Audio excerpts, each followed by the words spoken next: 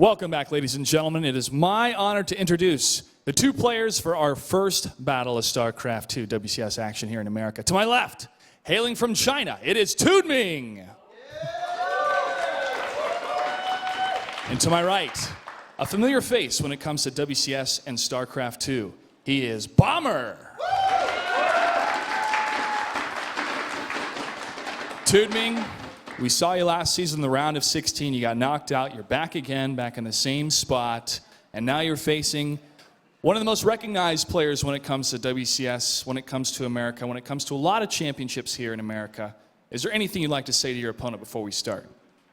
就是你的对手非常的强嘛，之前也拿过不少的冠军，然后你上一次是在进8强之前被淘汰的，那你现在遇到这么强的对手，你想对他说些什么？在比赛之前？我已经准备好出线了。I'm ready to advance.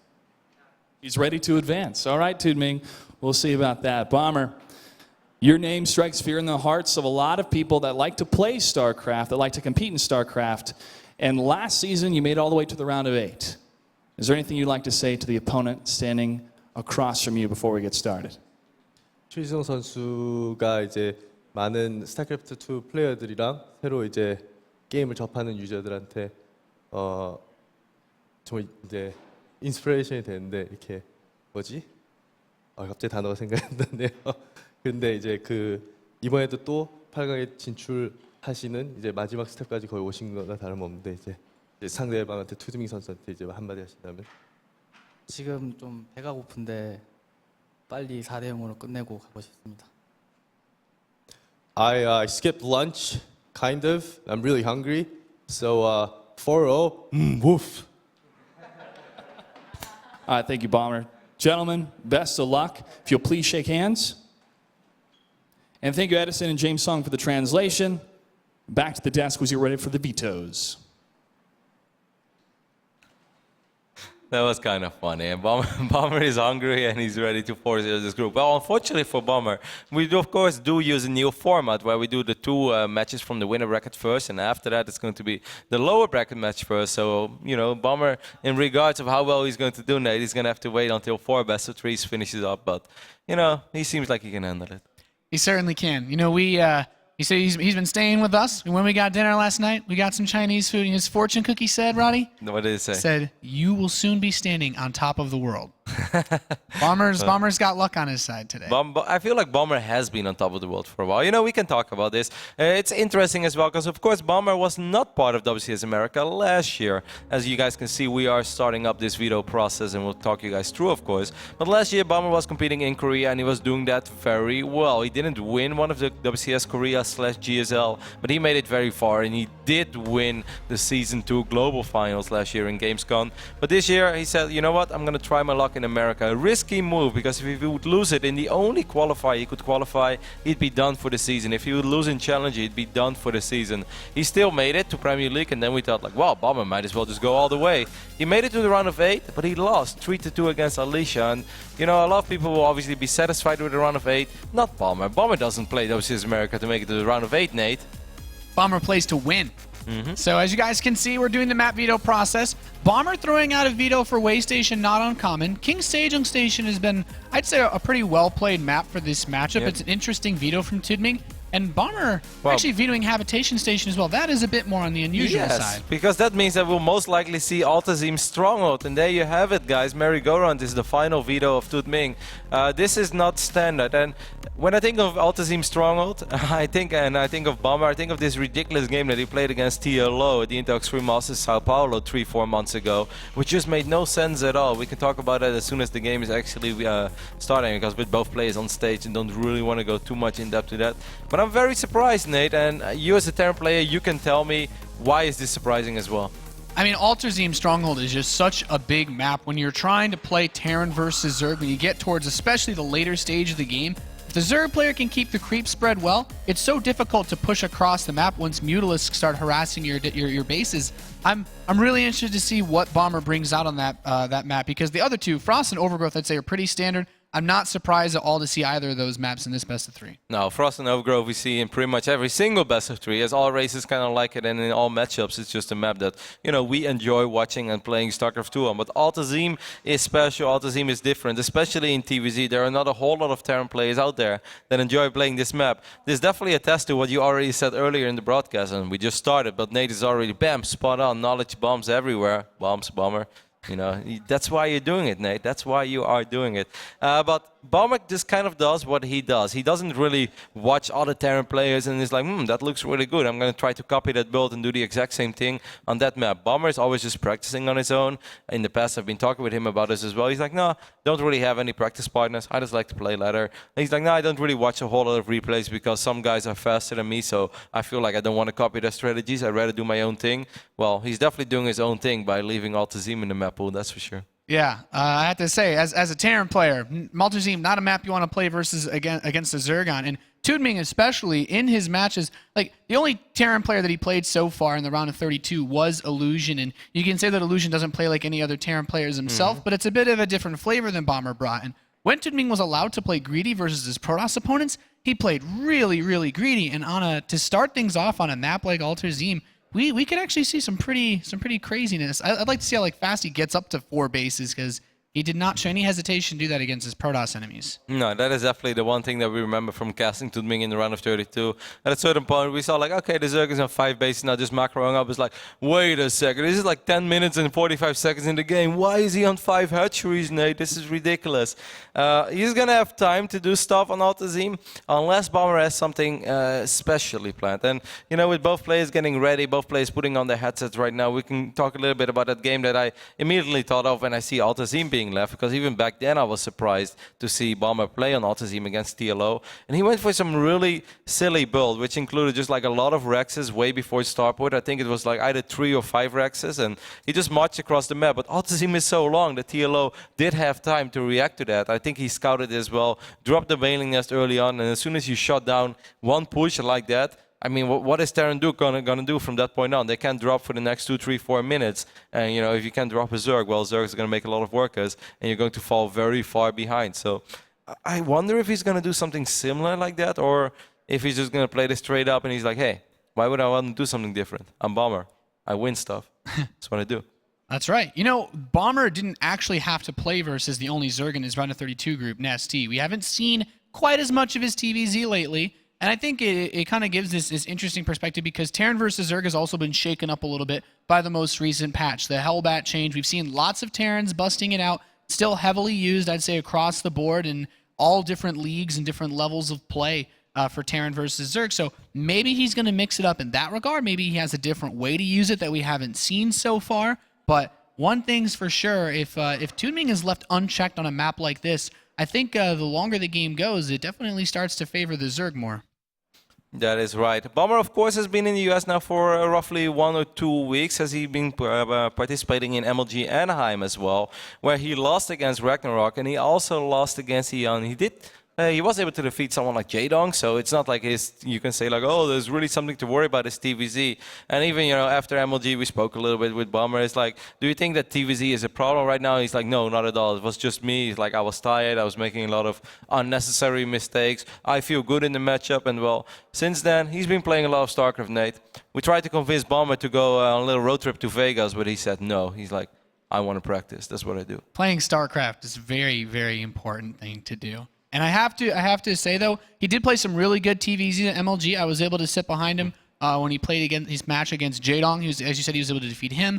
I believe he also defeated Leenock on his way up through the lower bracket. So we know he's good. I don't think any of those games were broadcasted, so there wasn't too much available to dissect. And, you know, for a player like TooDming, if you don't have access to that information, that can also leave you in a dark spot, because Bomber is the kind of player that will, if there's any information about the way that you play, if there's any VODs of your recent games, he's going to look them up and he's going to study them. Yeah, it's really funny. Like we said already earlier, there is a huge contrast between the 2 Terrans in this group. You know, 2 superstars, 2 guys that have won so much money by playing this game, and above all, have gathered so many fans over, you know, the last 2, 3, 4 years, as they've been all over the world. They've been competing in tournaments in Europe, in GSLs even, and also, of course, in America. Back then, all the MLGs, and even right now, still in the MLGs. And then you have these two Zergs, of which I would say of the two, there is still a little bit more information of TooDming than there is of Czech, as Czech just the last few months has not really been going crazy with the online tournaments like he used to do. TooDming, on the other hand, has been active in the American scene and has been forced to play a few more games within the WCS region as well. It's funny. There is a huge contrast, but it doesn't mean that the results for today are set in stone. Of course, if you look at it, you say, well, Bomber and Paul, they're going to duke it out to figure out who's going to finish first and second. But I don't think it's going to be all that easy, Nate, for either of them. No, I have to completely agree with you, Roddy. But we're just about loaded into our first map of the day. TooDming Stronghold, a large map.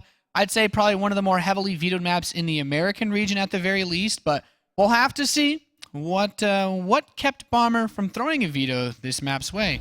As we are loaded in, as you guys can see in the bottom left position, our blue Zerg player representing Zenith of Origins, it is TooDming.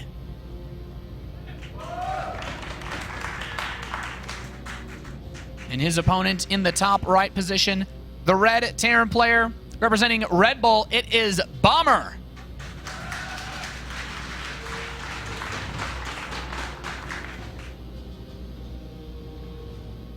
And Bomber, we know he's a championship class Terran player. He's won several championships. He's been around in the StarCraft 2 top level scene for as long as anybody else. You put him up there like, yeah, I remember back in the days, but he's still getting lots of success compared to players like MVP Nesty that have started to fall off over the last year. And Bomber, he never really seems to go away. True, but I do think it's safe to say that ever since that massive result at WCS Americas or WCS Season 2 finals last year, he hasn't won anything. And, it's always hard to win tournaments. He's had a couple of good runs, and of course his BlizzCon run was very good. A lot of people actually thought that Bomber was going to win BlizzCon last year after he took out Sulky in pretty convincing fashion, which was, I believe, a 3-1, but all the games that he won, they were just, Bomber drops, and Bomber regroups and walks across the map, and he won. While Sulky was just preparing for a whole different phase in the game and wasn't really ready to deal with Bomber's, I would say, pretty distinctive playstyle. But we'll see what he brings to the table today. It is about time that Bomber goes a little further. Last season, like we said, round of 8, lost against Alicia. And, losing in the round of 8 is, of course, not a bad result, but it was mostly the way that Bomber did lose those games. He just didn't look like the Season 2 champion that we saw last year. He didn't scout in the majority of those games. He died against a couple of silly all-ins. It was just not what we expect from someone like Bomber. So it has to be a little better. Yeah, this game we're already seeing TooDming. He's saying, okay, I'm going to play the map. It's a big map. Bomber's not really a cheesy kind of guy. He's not that person that you're always going to be fearing a 2 racks from. And I think going the double hatchery before spawning pool, if you know you can get away with it, is almost never a bad move. The economic boost it gives you, the creep spread, getting down to that third base faster is always nice to have. And Bomber is a real ladder player as well, like we mentioned before. He loves just practicing on ladder. He's not really a guy who reaches out to a whole lot of players and asks for custom games. In general, just not something he does. I'm not sure how TooDming prefers to practice. I think in general it's the same, as so many players just love playing ladder. But there is a good chance, for instance, if you're one of those players that actually plays mostly custom games to prepare for your tournament, how many custom games are you going to play on TooDming Stronghold? Probably not a whole lot, because you expect your opponents to veto it anyway, so what's the point, right? Yeah, then I think it's a really cool point, because this can make either player uncomfortable if they're used to having it vetoed, even if it's a good map for Zerg players. So Bomber sending SCV Scout, going very greedy, still no gas into this third command center. Yeah, exactly. Drops one more command center. He's probably expecting TooDming to be very economic as well, unless, he's perhaps hoping that TooDming freaks out a little bit. Like, hey, why is this guy not vetoing TooDming? Should I be worried? Well, TooDming is not worried at all, and he shouldn't be worried, as Bomber's opening is very unaggressive and is also focused on economy. And I think we can prepare ourselves for a pretty long game over here. It's cross-spawn as well, it doesn't really get any larger than this in our current map pool. So both players are going to have a lot of freedom, and I'm surprised. Bomber is showing a lot of courage playing this matchup like this and approaching this match against TooDming the way he's doing over here in game number 1. He's basically giving TooDming, carte blanche for the first 10 minutes. You do whatever you want. I'm Bomber. I'll be fine. Yeah, he's going to allow TooDming to, as you mentioned, do what he wants, which in this stage of the game is just build drones and drones and drones and drones. And these Zergling, he's going to try to deny this SCV Scout, but Bomber's already seen everything he needs to see with that third hatchery. Not knowing that there's no gas would be nice, but it's not the biggest deal, because he's got his barracks wall set up at home. He's going into his own gas, and I wouldn't be surprised to see him just get his upgrades going as fast as possible. This 3 command center build. He could take his third base early, but at that point, you still need to be, you know, aware of whether or not the Zerg player has that gas, because they can punish that kind of play pretty easily. Yeah, it makes a lot of sense, Nate, as we can see as well in the main base of Bomber. Both E-base will go down. You know, so if his opponent would have opened up with something crazy like some sort of a ridiculous Baneling boss, now it's very hard to Baneling boss on this map, but that could have been very hard for Bomber if his little SCV scout wouldn't have been able to identify it, as he just doesn't really have a whole lot of units and he absolutely has no tech other than just, you know, let's focus on upgrades, focus on SCVs, and we'll see where it goes. It's fun though, it's really cool. Also means that both players will be able to warm up a little bit. It's always nice to shake up your nerves, and you don't have to start microing your Reaper at the 3-minute mark, afraid you misclick, lose a Reaper, be really mad at yourself. No, both players will have plenty of time to get into the right rhythm. Yeah, it makes things nice. And Bomber gets his gas and his natural pretty quick as well, so he really wants to focus on getting these upgrades together, because he has his 1-1 on the way before there's a factory on the field. So his armory should finish up around the same time that this +1 attack and armor upgrade's complete. So he's just going for the fastest possible really upgrade setup. You really can't get more economic than this as a Terran player. And the nice thing about this Marine setup is if TooDming tries to move an Overlord into his base, it's going to get shut down pretty quickly. But this SCV can see the countermeasure to that is that TooDming's taking a 4th base, and he's going to start spreading that creep. That is actually also really sick. Of course, you know, this is not something you do on a smaller map. This is not something you do unless you really assume that your opponent is playing a super economic game as well. Now we do see this, Nate. We see 2 more Rexes go down immediately already. Of course, Bomber will have a lot of economy to work with. Actually, 3 more Rexes. This is, in a way, a little similar to how he played that game back then against TLO, the Intox Remasters in Sao Paulo. I can't actually recall if that was Dirk Metzer. In general, like, I don't really watch games from 4 months ago because this matchup keeps on changing, but I just remember looking at the game and I was wondering, like, well, you know, this doesn't really seem like a great build to me. I think this time he's doing it slightly different, but it still comes down to the same idea. Cross-map Altazim, however, though, I feel that TooDming has so much time to get enough units out that they have a hard time imagining that whenever Bomber wants to be aggressive, that is going to be very successful. I mean, he's got a lot of Marines, so taking this 3rd base shouldn't be too difficult. There's a lot of Zerglings coming across the map, but Stim is almost done with those 1-1 upgrades, and actually, he's going to start a bunch of Banelings. There's even more. He has not stopped making Zerglings at this point. He has a very late lair, so this attack needs to do some serious damage, or Bomber's going to find himself in a sweet spot over the course of the next few minutes once those medevacs come out. Bomber is completely unaware of this, though. He has absolutely 0 map vision. Also doesn't have a bunker protecting this newly acquired base. Yes, he will be able to produce a crazy amount of Marines soon, but actually his supply-depot wall is not raised either. I think that Bomber is going to be forced to evacuate this low ground expand, and will lose a lot of Marines over here, Nate. Yeah, starting to retreat now. The Zerglings coming in, and the Banelings move up. So the Banelings, they haven't gotten the craziest detonations yet, but there's just too many Zerglings for this force to fight against. The 3rd base mineral line cleared out, and the Zerglings hitting the units that are coming down that main base ramp as well. He's already managed to pick off 15 SCVs. His command center takes a lot of damage. Engineering base being added to help wall off the main base. So Banelings might not be able to break this, but this is a very difficult position to defend from. Wow, that was actually quite close. Yes, it is. Bomber right now feels that he's safe, as he's going to be able to produce a lot of Marines at the same time. During all this, TooDming made even more. He has to lift up the orbital, and that's exactly what he will eventually do. I love how he just kept it there a little longer. He's like, yeah, go for it, try to kill it, of course, hoping that he can kill as many Zerglings as possible in the process. Either way, I think that was reasonably successful for TooDming. He has picked off 15 SCVs, he slowed everything down, he definitely slowed Bomber down a little bit. He picked off a lot of the Marines as well on the low ground. Right now, it's just all about buying time, waiting for that Spire to finish up. Bomber has to repair his orbital command, by the way. He's still not doing that. Bomber. That's okay. There's an SCV. He's got it. Everything is under control.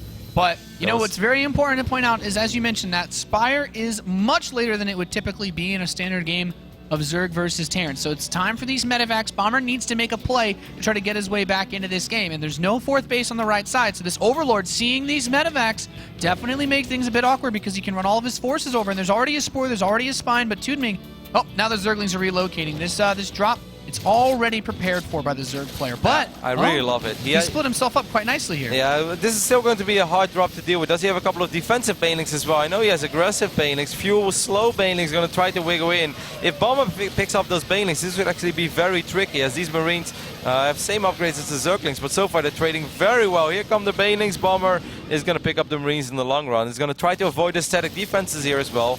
All right, he's definitely buying a lot of time for himself now. That was a really good trade to fight against all those Zerglings when the Banelings were on the other side of the hatchery. And now these forces are going to force him to lift up once again. Now the Mutalisks are coming into play, and this is where TooDming can give himself a little bit of space. He can push these medevacs away. And Bomber, well, we see Still that... no Baneling speed. Do you think he forgot about it? That's definitely a big upgrade to not have on a map this big, because he definitely cannot fight off of creep at all if you have no Baneling speed. Yeah. But And there we go. He does finally fire up Baneling speed, but it feels a little late, especially with all of these Marines streaming across the map. Of course, Bomber has ridiculous Marine production when you give him some time for it. Picked up a Mulus there as well. You know, if there's Baneling speed, I have a very hard time imagining that Bomber is going to be very aggressive with or very successful with this push. Without Baneling speed, however, it should be a lot easier for Bomber to split up his units and pick off a couple of those Banelings. yeah, Bomber needs, I mean, he's got a crazy amount of production. 10 going. Rexes right now. Yeah, he's not using that factory at all. It's just pure Marine Marauder, and he's got his +3 upgrades on the way. But the +2 upgrades have completed for TooDming, so as far as that goes, everything's pretty even. And now there's all these creep tumors here. He's not even scanning to kill these. He's just going to fight straight up on creep. I mean, there's no Baneling speed, but this is a bit much. These Zerglings come in, get the surround on this army, and the Banelings actually not being able to connect, but these Mutalisks still chewing away quite nicely at the medevacs. Yes, Mule is definitely doing some work, but Bomber does survive that fight with a lot of Marines, and that is something to worry about if you're TooDming, because more and more Marines will stream across the map. Bomber is producing 15 at a time. Like you said, he's just standing there on creep. Didn't even throw down a single scan, didn't even bother with the creep tumors. But the next fight, Baneling speed will be ready, and there's just no way that Bomber can take an identical fight. No, that would really be Bomber just doing his own thing. That's insanity right there.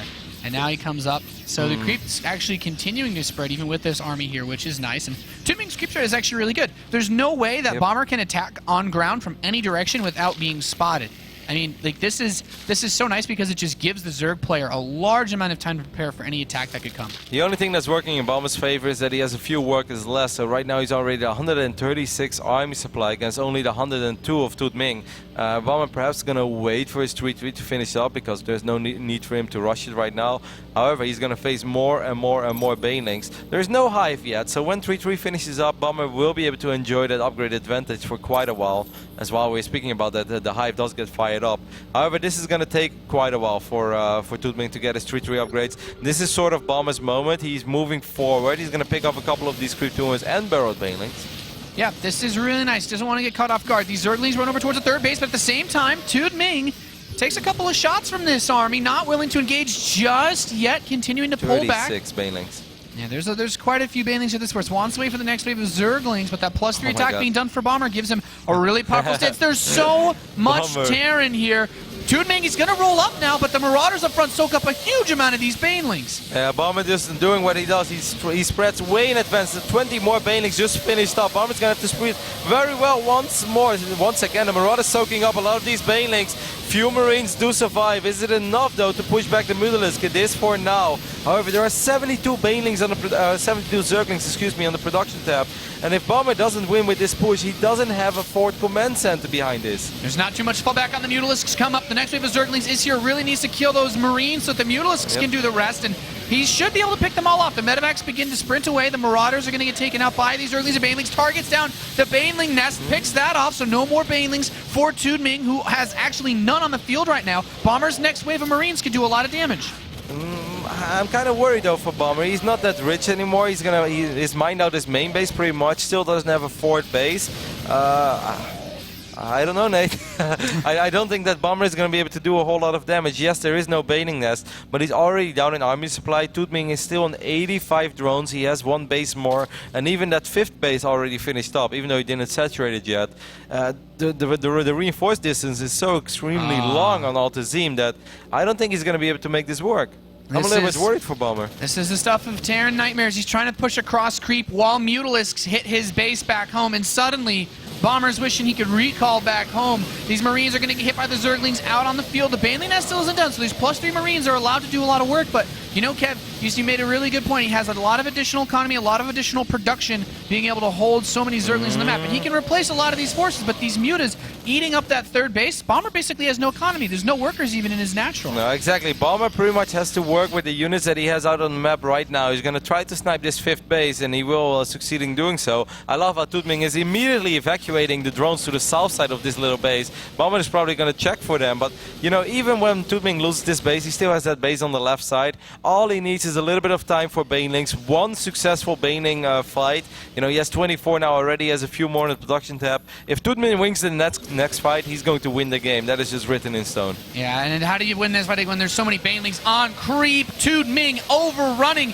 Bomber's forces, just an overwhelming massive units, and Bomber down below 100 supply now, continuing to turn out Marines will not be enough. And our Chinese Zerg player takes game number 1 here in WCS America Premier League. Yeah, well done there by TooDming. A couple of times just buying a few extra seconds for himself or a few more banelings. Also, you know, on a certain moment, hitting the economy of Bomber, forcing him to perhaps look away. And then suddenly all of the Marines from Bomber were a little bit more clumped up than they should have been. And I kind of feel that this map or this game is just like the reason why Terrans don't like playing against Zerg on this map. Even when Bomber's first fight was okay and that second fight was quite reasonable as well, it just takes so long for your reinforcements to make that journey across this map that by the time that you really want to fight again, the Zerg has so much extra time. Even if they lose a baneling nest, they can still buy enough time to, you know, run around a little bit and then morph 20 more banelings and survive. Yeah, and as soon as you hold off that big push, we saw what the Mutalisks were able to do, picked off the orbital, that third base,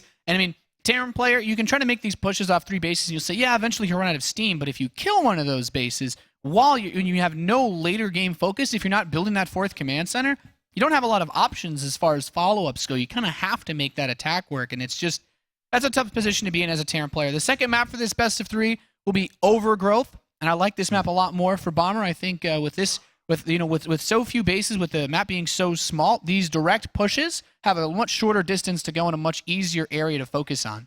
I couldn't agree more, but of course we're going to have to give credit where credit is due, and I really love how TooDming approached that last map. Like, it was easy to freak out, like, hey, why is my opponent not videoing Altazim? Should I be worried? Should I be producing units? Should I be non-stop checking for everything? He just said, like, nope, this is Altazim. Even if you throw something crazy at me, I probably have time to react to it in time. I will still be able to produce the work or the units that I need. Other than that, I'm just going to approach this matchup as economic as possible, and well, he had a booming economy. He was up to 90 drones, and even when he lost the base and lost a few workers, he was still on 85. He never slowed down. He played his way as a Zerg with confidence would, or he played the last map as a Zerg with confidence would, and he played the way he should have, and he did very well. Definitely didn't freak out.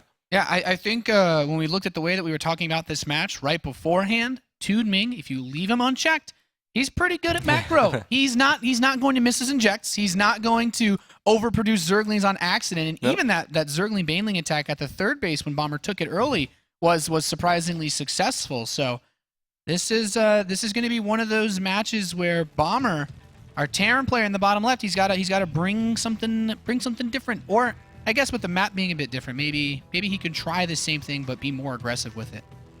Yeah. As Nate said, of course, over here on the left bottom side of the map, representing Red Bull, it is Bomber.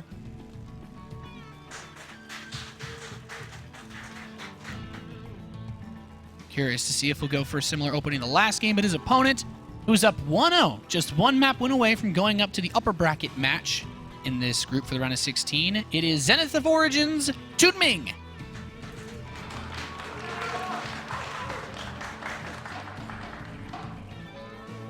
And TooDming, I have to say, he did not slip up that last game. You could say in some instances that when you go for an attack like that on a third base that early on with Zergling Baneling, when you put your lair, your upgrades behind, it's a big risk. But I think it was a calculated risk for the map. The third base is wide open enough that if Bomber had a bunker, like, how are you going to build enough supply depots to cover it that early on as you're taking it? TooDming just had a cool, solid plan, and he saw an opportunity and went for it. I don't think he needs to do anything similar to that this time around. He could just play macro, but you have to keep in mind, Bomber could get aggressive himself just as easily.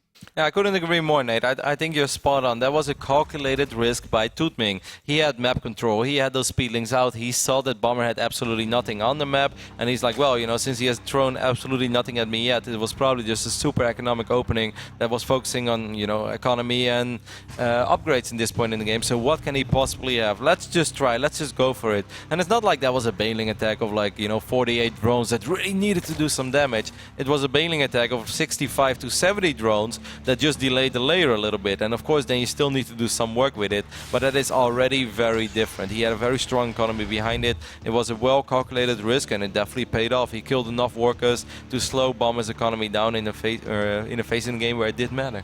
Yeah, I mean, at that point, when you plant that third command center down after such a greedy build, that's when you want to get aggressive as a Terran. Your medevacs are right about to pop. That 1-1 completed for Bomber about a minute ahead of TooDming. So he had a really nice window coming, and TooDming just shut the door on it right before he had a chance to make anything of it. So this game, we're seeing Bomber open up gasless.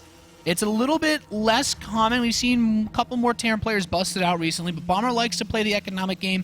Not really showing too much interest in the Reaper openers that a lot of other Terrans still go for. Yeah, Bomber doesn't really seem to be a Reaper fan. Of course, he messed around with it when it was new and, you know, everyone was doing it. But like we said before, Bomber in general has a very distinctive playstyle as well. Just kind of does what he feels comfortable with, still relies on his... what Bomber does almost more than any other Terran. And of course, you know, splitting is important. But there are a lot of Terran players that always, you know, impress us so incredibly much with their splits. When an engagement is about to happen, you know, out of nowhere, suddenly the Terran sees the Zerg army incoming, all of these banelings roll in, and then Terran just splits like crazy, and, you know, we scream like little girls because that really excites us. But Bomber is very good in like setting that up pre-engagement. He's already like, he splits his Marines for like 20 seconds before the fight actually starts, and then somehow he forces Zerg players to take a fight into his pre-setup, and he's really good at that. And in a way that's just kind of what he relies on here. You know, he knows that he's gonna eventually find himself in a position where he's going to force his Zerg to engage into his army that is putting on some pressure, not like in the hatchery already, but it's getting closer and closer to the hatchery. So he's going to force Zerg to take a fight in a situation where Bomber really wants to fight. And I feel that's kind of what his TVZ relies on a lot. Yeah, I mean, you said it. Preparing for the engagements prior rather than relying on that heavy split is one of the things that makes Bomber Bomber, because he pre-split, but that army is so much bigger than a standard Terran army too. It's really important to note that in the last game, like, because Bomber didn't go for a factory, no Widow Mines, no Hellbats, that means no upgrades from the armory either, he was able to just squeeze out that couple extra more units that it's a much scarier Bioforce than you're used to in this matchup. So I'm really curious to see if he continues to rely on just straight bio. This game, he's opened up with some Hellions to follow this up, and it looks like he might even go for a Cloak Banshee play. But TooDming is still playing this relatively straight up. The only thing I'd say is opening gasless with these two extractors now. There's a possibility if he wants, since he has not gotten Zergling speed, that he can go for maybe a Roach timing, which is certainly within his repertoire of builds. Yep, it's definitely something we've seen him do before, but I don't necessarily think it's something he's going to do this game, as we do see Zergling speed finishing up right now, or at least he's firing it up, that's what I'm trying to say.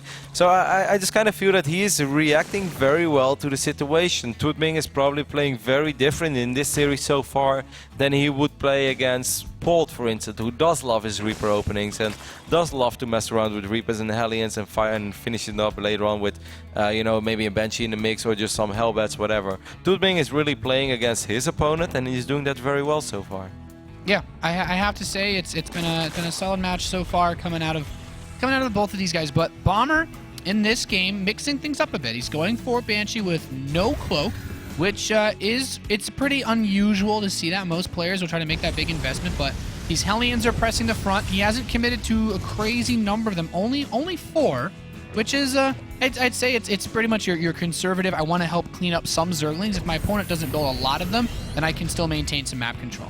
Well, as we can see, yeah, exactly, Nate. We see these Hellions messing around, trying to pick off a creep tumor here and there. As there is that first Banshee making his way across the map, but there are 3 spores going down as well, so TooDming once more is more than ready for this. It's no Cloak Banshee, and he has plenty of Zergling. Zergling speed is about to finish up. Bomber has to be careful, already losing one of these Hellions. And he's just kind of having that Banshee idle right now on the left top side of the map, not really doing anything. He's talking with the Overlord. Yeah, Maybe the Overlord is spilling some game at the Banshee. You don't have to be that girl. Just hang out with me. Don't work on those drones. That's the true romance of StarCraft right there, Roddy. I can see it. Oh, no. Oh, Sheila. Well, just like all women, eventually they run away now. Lair starts up for TooDming. He's got his 1-1 on the way. So upgrades for both players are similar. Bomber is going to go for the Viking to follow this up, so that Overlord that the Banshee left will probably die. A horrible death to that Viking. The Pult Viking, we could almost call it at this point, as the player in this group has been busting this out quite a bit. So Bombers continue to add barracks. My eyes are still on this factory, and the factory is on a bit of a journey as the Viking pops out. So I think still it's going to be only bio units, no Widow Mines, no Hellbats from Bomber. It's pretty unusual to see this from a Terran player. Usually you want to use either the Widow Mines to help zone out Zerglings or for a little bit of defense, and Hellbats, of course, their splash damage do great versus Lings, but this is just one of those interesting situations where Banelings can start to become a really big problem if you get hit early enough, and I love this spread that TooDming has at the West Tower. Yeah, he's setting this up very well. Banshee, however, is going to disturb this little plan. He's going to spot those slow Banelings as well in the middle of the map. 19 more drones on the production tab. That is an interesting moment to fire up 19 more drones. That's going to bring him up to 76 workers. So once again, TooDming is going to find himself in a very good economic position as one poor Marine does get swarmed. Once again, Nate, excellent cruiser as well on the north side of the map. TooDming impressed us last season in WCS America, where he played solid and he was pretty damn close to making it to the round of 8. And this season, so far, this is looking very good. Yeah, this has been a really solid play for him so far. I'm pretty impressed. These Banelings are out on the map. The one thing I will say again, despite this lair timing, there's still Baneling speed a little bit later than I would typically expect it. If you want to have Banelings out on the map like he's had without creep spread, you need to have Baneling speed, but it's not the worst thing in the world. I'm wondering, Bomber did get his armory, but the +2 upgrades are going to start a little bit sooner for our Zerg player. TooDming was supply blocked, so he just fired up 7 Overlords, and he's like, never again will I be supply blocked. Well, we do see him going up to 4 bases as well on the left top side of the map. 2 upgrades on the way for Bomber, not really ahead of his opponent this time, because of course, you know, TooDming delayed everything early on, so in a certain point he's able to do everything at the same time. He's able to produce a lot of workers, he's able to get his upgrades going. Still no Baneling speed, like you said, and I kind of feel that this can't really be on purpose anymore. Like, why would you want to roll around with slow Banelings for so long? Even though, yes, he did do it on Altazim as well, but even then I felt it was a questionable decision. Well, this Banshee might be the first scout of this force on the right side, and Banshees, well, they deal quite well with Banelings, Roddy. Yeah, it's a lot of free kills. He's going to be able to pick off all 4 of these slow Banelings over here, so that's nice for Bomber, getting a small break. At the same time, he's moving forward with his first real hit squad in the middle of the map. Immediately does some splitting as well. There are plenty of Banelings. They might be slow, but there is still quite a few of them. Yeah, I think without speed, Bomber has an opportunity to try to split versus this, but it's at that point you're still taking chances. If the Zerglings get you from behind and they hold you in place, those Banelings can still get off some really big detonations on your force, and with the way that Bomber's playing, this is a crazy Marine-heavy style. He still has about 5 seconds to go before his combat shield. You don't want to fight before you have that upgrade. No, no, that's a bad idea. Then Stim suddenly hurts a whole lot more. Yeah. Scouting Zergling comes out front, wants to see this army. This is just such a Bomber game. Like, Bomber just doesn't really do a whole lot. He has lost 3 units so far throughout the entire game. This is kind of what Bomber does. You know, he runs around with a few units in the early stages of this game. All he wants to do is just max out and then set himself up, even way before the fight starts, and just slowly but steady move closer and closer to one of TooDming's bases, up to the point where TooDming feels like, alright, this is my moment, now I really have to fight. And then Bomber's pre-split engagement should be good enough for him to win the fight. As his 2-2 is going to finish up just a... No, actually, it's pretty much even compared to the 2-2 of TooDming. TooDming decides to not wait any longer as he sees a couple of units for free. Shouldn't run down though. Bomber is maxed out. This is really stereotypical Bomber TVZ. This is what he's been doing since, you know, I would say the Season 2 finals last year in Gamescom that he won. This is very awkward. He's splitting up his army now. I'm not sure how I feel about this. Yeah, he's splitting up. He's getting hit at his third base. There's a run by going towards that third as well. So Bomber steps back. These SCVs getting cleared. The supply depot wall seem to have a little bit of a hole in it, Roddy, as this third base mining is shut down again. And these Banelings trying to engage with outspeed. The Marauders soak up a ton of hits up front. And Bomber is spread so much, but these Zerglings coming in from behind just help to swallow the majority of this Terran force. TooDming, though, wow, he's taking some pretty heavy losses himself. Yes, he is, but at the same time, he's dealing economic damage on the other side of the map. And as long as he survives, as long as he stabilizes, he's up a base. These Zerglings were really annoying, and I also feel those Zerglings were distracting. Bomber not really able to split his units the way he wanted to. He was getting there. He definitely had like reasonable position on a couple of those units, but I really feel those Zerglings messed him up a little bit. He has lost so many SCVs on the other side of the map. Those few Zerglings has killed 24 workers. So now for TooDming, it's all about surviving. Next fight he will have bailing speed, as it will be ready within 10 seconds. And this is starting to look very, very dicey for Bomber. Yeah, these banelings are coming up. Baneling speed has completed, trying to split, but there's just so much Zerg. Now the Mutalisks are here, and there's not even enough Marines at this front line to hold this off for now. TooDming looking like he wants to take the first series of the day here in the round of 16. Yes, TooDming playing fantastic. Definitely an upset over here. He's going to sacrifice Mutalisk, but it doesn't matter anymore. As TooDming, there's a Chinese Zerg player representing Team Zenith of Origin, surprises enemies and friends as he 2-0s Bomber in the very first match of WCS America Group C, round of 16. Really well played by TooDming, and you know, you could say there's something different, there's a flavor to it. He likes to play a little bit, I'd say, on the economic side if you allow him to get up to that 4-base setup, but he just played so clean. He didn't make any mistakes. There's very few things to look at and you say, well, you can improve upon this. Maybe the baneling speed was being late, but even that didn't seem to phase him when he was taking head-on engagements. In both games, I also really feel like right before Bomber got that fight that Bomber is always looking for in TVZ. You know, he's maxed out a little bit quicker than Terrans normally are because he's not really worried about putting on any sort of aggression early on, so he cuts a lot of corners, just focuses on his own economy, wants to max out, but both times, right before that one crucial fight. If you go back last year, Bomber versus Sorky, like every game was pretty much Bomber harasses a tiny little bit, goes back, just regroups, maxes out, marches across the maps, and set up this pre-split engagement, or there's really no other way to put it. He splits his entire army before the fight actually starts. Zerg takes a fight that they can't win, and Bomber marches on and wins the game. And I feel both times right before that fight that Bomber is really looking for and that he loves so much in TVZ, both times TooDming was distracting him with Zergling run-bys on the other side of the map, and you could really see that Bomber was not getting the engagement that he would normally get because he was occupied with dealing with Zerglings on the other side of the map. So TooDming did a fantastic job in distracting Bomber from what he's so good at.